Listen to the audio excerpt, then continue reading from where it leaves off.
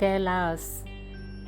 जब पहली बार इसके बारे में सुना था तो लगा ये कोई सपना है, और फिर एक दिन सपना नहीं बुलावा आया बाबा कैलाशपति का। 29 जून शाम को ट्रेन से निकलकर सुबह हम लोग लखनऊ पहुँचे। हम लोग अभी लखनऊ पहुँचे पटना से, और यहाँ से हमारी यात्रा शुरू होगी। होटल पहुँचे हैं अभी, ये है हॉलीडे इन। ये हम लोगों का ब्रेकफास्ट हो रहा है। इसके बाद हम लोग निकलेंगे नेपालगंज के लिए।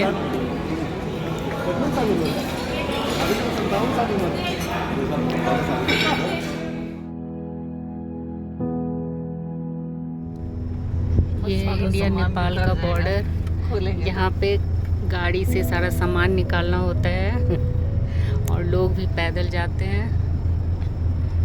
यहाँ लाइन लगी हुई है बॉर्डर पार करने के लिए। ये आगे गाड़ी से सामान चेक कर रहे हैं।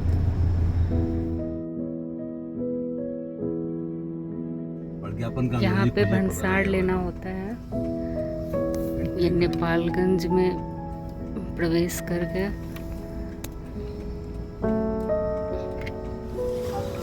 नेपालगंज के होटल में पहुंच गए हम लोग।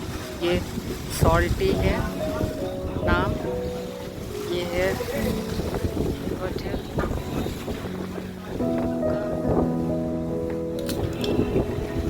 अभी यहीं रुकना है।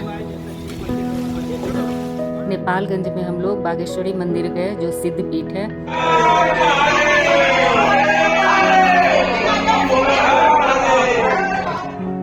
यहाँ सभी हम एक हॉल में इकट्ठे हुए, जहाँ मीटिंग थी हमारी एजेंसी वालों के साथ।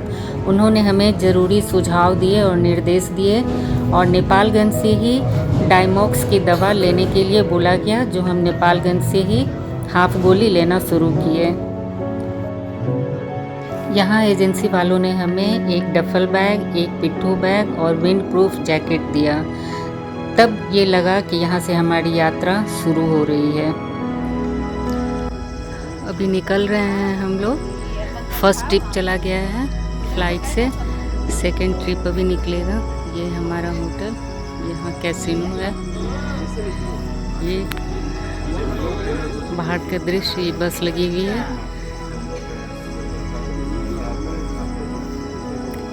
इसी से निकलना है हम लोगों को। हमारे तीसरे दिन की यात्रा नेपालगंज के एयरपोर्ट से शुरू होगी।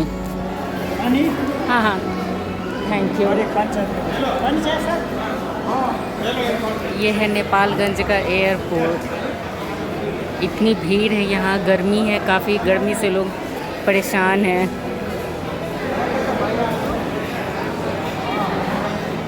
अब हम 18 सीटर फ्लाइट पर बैठने जा रहे हैं, और वहाँ जो हमें सिमिकोट ले जाएगी। थोड़ा डर लग रहा है, लेकिन इसके साथ ये खुशी भी है कि कैलाश के नज़दीक और हम पहुँच गए हैं। बादलों के ऊपर उड़ते हुए ऐसा लगता है जैसे कोई अदृश्य शक्ति रास्ता दिखा रही हो। ऐसा लग रहा है जैसे भोलेनाथ खुद हमें ऊपर से देख रहे हों, कह रहे हो बस पास आ जाओ, मैं हूँ यहाँ। हमारी फ़्लाइट की 40 मिनट की यात्रा है। बस 40 मिनट में हम सिमिकोट पहुँच जाएंगे।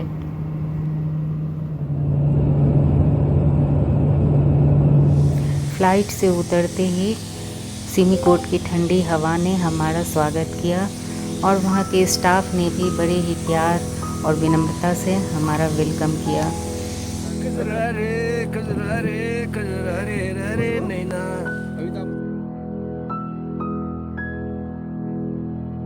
ये कुछ रूम है। एक रूम में 4 आदमी को एडजस्ट किया गया है।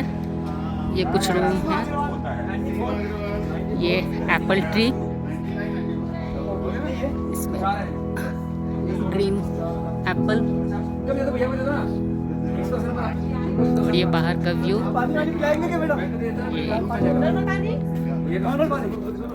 ये हम लोगों का रूम।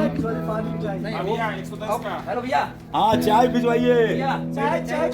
ये मिस्टर मनोज कुमार झा, ये संगीता जी। ये वॉशरूम, पता नहीं कैसा है।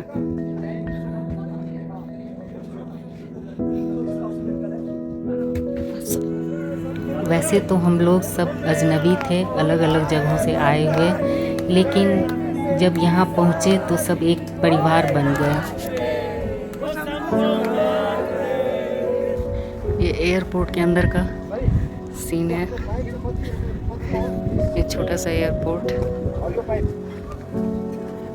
यहीं से हेलीकॉप्टर से जाना है। एक हेलीकॉप्टर लगी, फिर दूसरी हेलीकॉप्टर जो आएगी उससे जाना है हम लोग को। यहाँ का सुंदर नज़ारा, चारों ओर पहाड़, बादल, जंगल। ये ड्रम बैठने के लिए।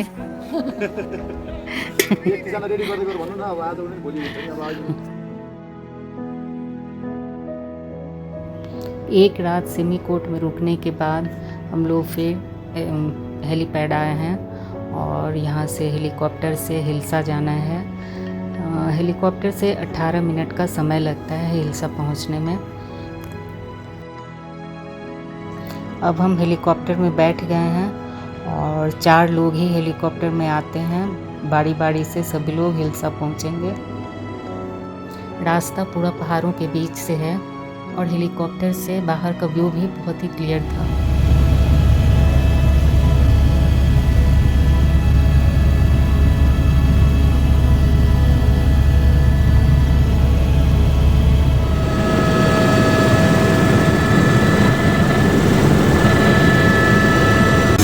हेलीकॉप्टर से हम लोग आए हैं और ये है यहाँ का हिल्सा में उतरे हैं हम लोग।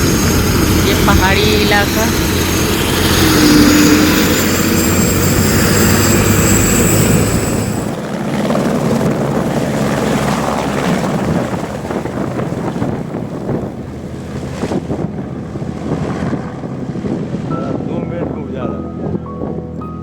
ये जहाँ हम लोग हिल्सा में रुके हैं वहाँ का ये सीन है। ये ऊपर कमरे बने हुए हैं, इसी में लोग ठहरे हैं। आज हम लोग को यहाँ रुकना पड़ा है।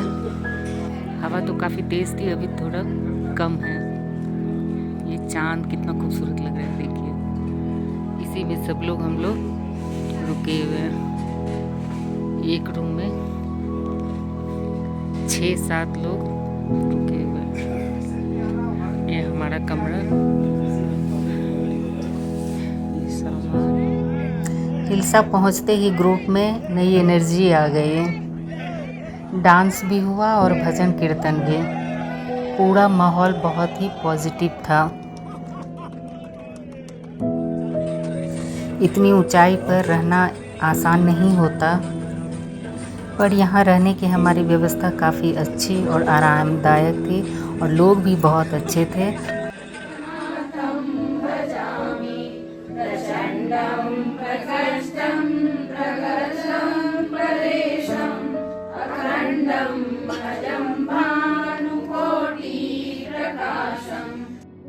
अब हम पहुंच चुके हैं नेपाल और चाइना की सीमा पर। ये कर्णाली नदी पर बना लोहे का पुल है जो इन 2 देशों को आपस में जोड़ता है। पुल पार करते ही इमिग्रेशन की कठिन चेकिंग के बाद हम बुरांग होटल पहुंचे, जिसे तकलाकोट भी कहा जाता है। यहाँ हमारा काफ़ी अच्छे से स्वागत किया गया। इसके बाद हम रूम पहुँचे। ये होटल काफ़ी शानदार था।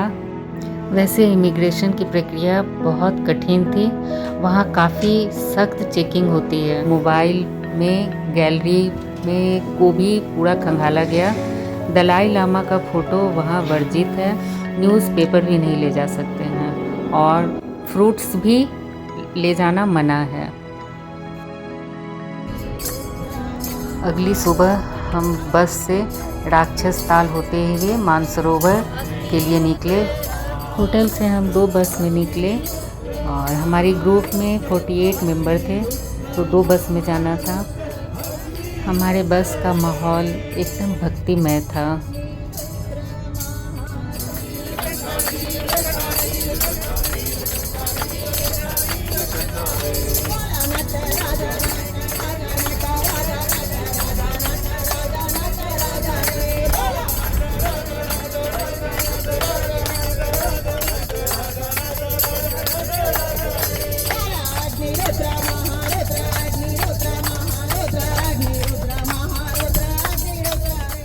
अब हम राक्षस ताल पहुंच गए हैं, जहां पहली बार कैलाश के दर्शन हुए। सामने कैलाश, ये राक्षस ताल।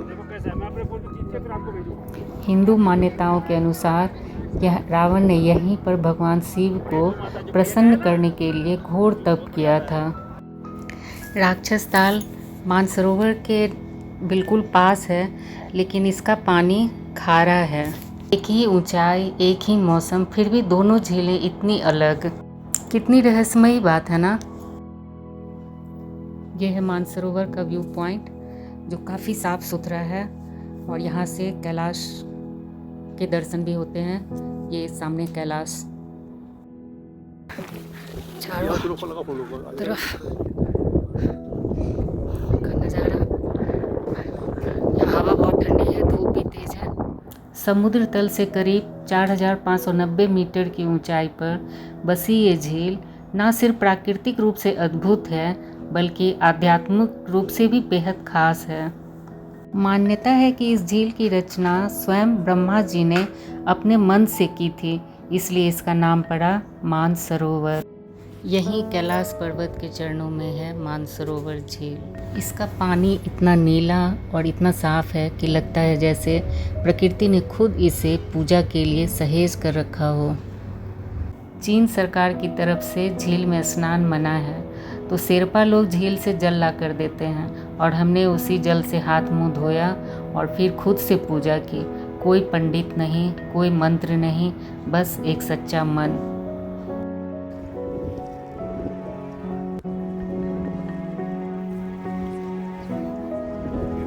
बस लगी हुई है, इसी बस से पूरी परिक्रमा करनी है।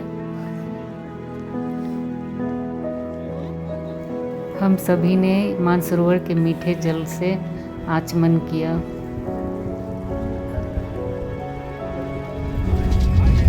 यहाँ से कैलाश मानसरोवर की यात्रा शुरू हो गई है।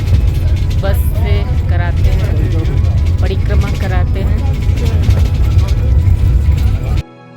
पूरे मानसरोवर की परिक्रमा बस से हमने 2-2.5 घंटे में पूरी की। यह मानसरोवर झील न सिर्फ हिंदू धर्म बल्कि बौद्ध, जैन और बौद्ध धर्म में भी पवित्र मानी जाती है। इस सूर्य की पहली किरण मानसरोवर पर पड़ता हुआ। मान्यता है कि ब्रह्म मुहूर्त में सप्त ऋषि यानी हिंदू धर्म के 7 प्रमुख ऋषि मानसरोवर में पवित्र स्नान करने आते हैं। हमने भी झील की सतह पर 7 रहस्यमयी रोशनियों को तैरती हुई देखी और फिर सुबह होते ही हमने पूजा पाठ शुरू की। मानसरोवर में रात्रि विश्राम के बाद हम अगली सुबह दार्जिलिंग के लिए निकले। मानसरोवर जैसी पवित्र जगह पर रहना एक अनुभव था, लेकिन सच कहें तो रुकने की सुविधा बहुत सीमित थी। टॉयलेट्स की हालत ठीक नहीं थी, साफ सफाई और पानी की भी कमी थी। और मानसरोवर से आधे घंटे की दूरी तय कर हम दार्जिलिंग पहुंच गए।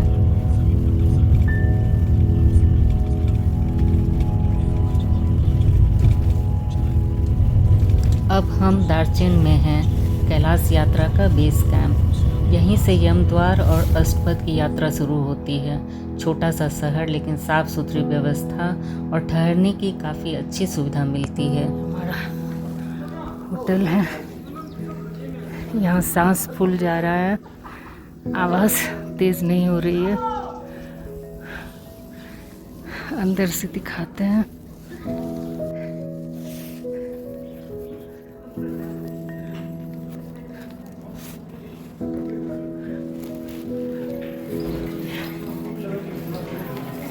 यहाँ कुछ शॉप हैं, यहाँ छोटी छोटी चीज़ें मिलती हैं, सभी बहुत महंगे हैं।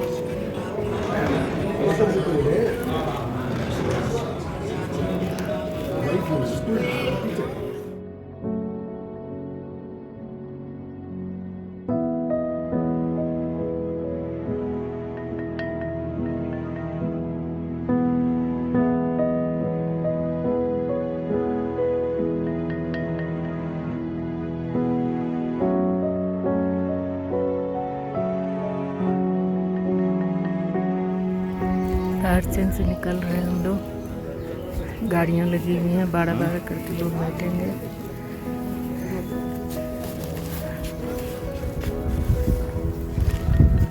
ये कैलाश है, ऊपर जाके अष्टपद से कैलाश पर्वत का सबसे दिव्य और भव्य रूप दिखाई देता है। जैन मान्यताओं में भी यह जगह बेहद पवित्र मानी जाती है। यहाँ जाने के लिए स्पेशल परमिशन की आवश्यकता होती है। यहाँ हम सब मिलकर पूजा कर रहे हैं। हिमालय की गोद में बसा ये कैलाश सिर्फ पर्वत नहीं है, यहाँ स्वयं शिव ध्यानमग्न है। यमद्वार जाने का रास्ता निकल रहे हैं। मौसम बहुत ही अच्छा है, तेज धूप। यहाँ से हम लोग पैदल चलेंगे, लगभग 2 किलोमीटर पैदल चलना है यमद्वार के लिए।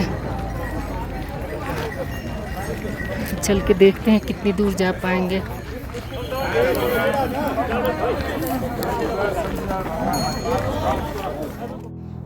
ये हमारे ग्रुप लीडर हैं गोपाल खंडेलवाल भैया।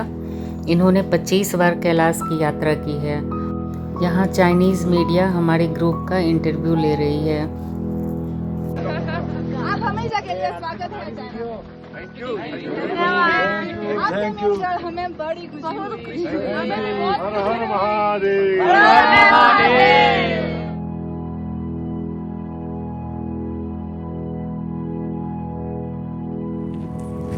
यहाँ कई श्रद्धालु साष्टांग दंडवत प्रणाम करते हुए परिक्रमा कर रहे थे। कैलाश की परिक्रमा यूँ करना अत्यंत कठिन होता है, पर इनकी आस्था हर बाधा से बड़ी है।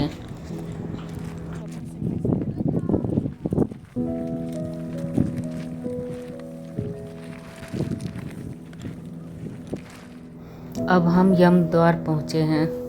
कैलाश पर्वत की परिक्रमा यहीं से शुरू होती है और यहीं पर आत्मा संसार के बंधनों से मुक्त होती है। यहाँ यमद्वार पर हमने पूजा भी की और यमद्वार की परिक्रमा भी की।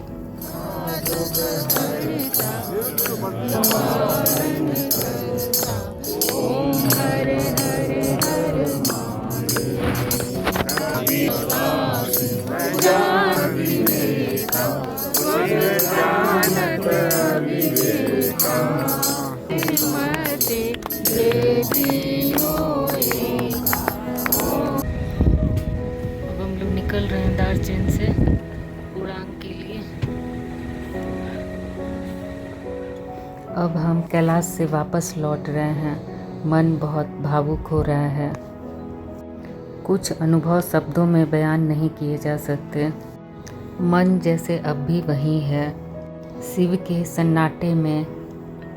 हम लोग पुरांग पहुंच गए हैं और लोग अपने रूम का इंतज़ार कर रहे हैं यहाँ बैठे हुए। वहाँ फिर जमा भी तो कराना है ना। यहाँ हम लोग ब्रेकफास्ट के लिए आए हैं। सुबह का 7:30 बज रहा है। यहाँ से निकलेंगे बस से। अगली सुबह हम वापसी के लिए चल पड़े थे और ये हमारा सबसे लंबा दिन था। बुड़ांग से हिल्सा, हिल्सा से सिमीकोट और सिमीकोट से नेपालगंज। ये लोग आ रहे हैं अभी नेपाल बॉर्डर में इंटर किए हैं, चाइना बॉर्डर क्रॉस करके। कैलाश पर्वत का दर्शन करके, कैलाश पर्वत का इतनी आनंद प्राप्त करके हम लोग हाँ। वापसी की ओर प्रस्थान कर रहे हैं। मौसम ने हमारा बहुत साथ दिया और उस दिन समझ में आया कि जब शिव बुलाते हैं तो सुरक्षित वापसी का इंतजाम भी करते हैं। शिव कैलाशों के वासे धौली धारों के राजा, शंकर संकट हरना, शिव शंभो हरना, शंकर संकट हरना, शिव कैलाशों के वासी धौली धारों के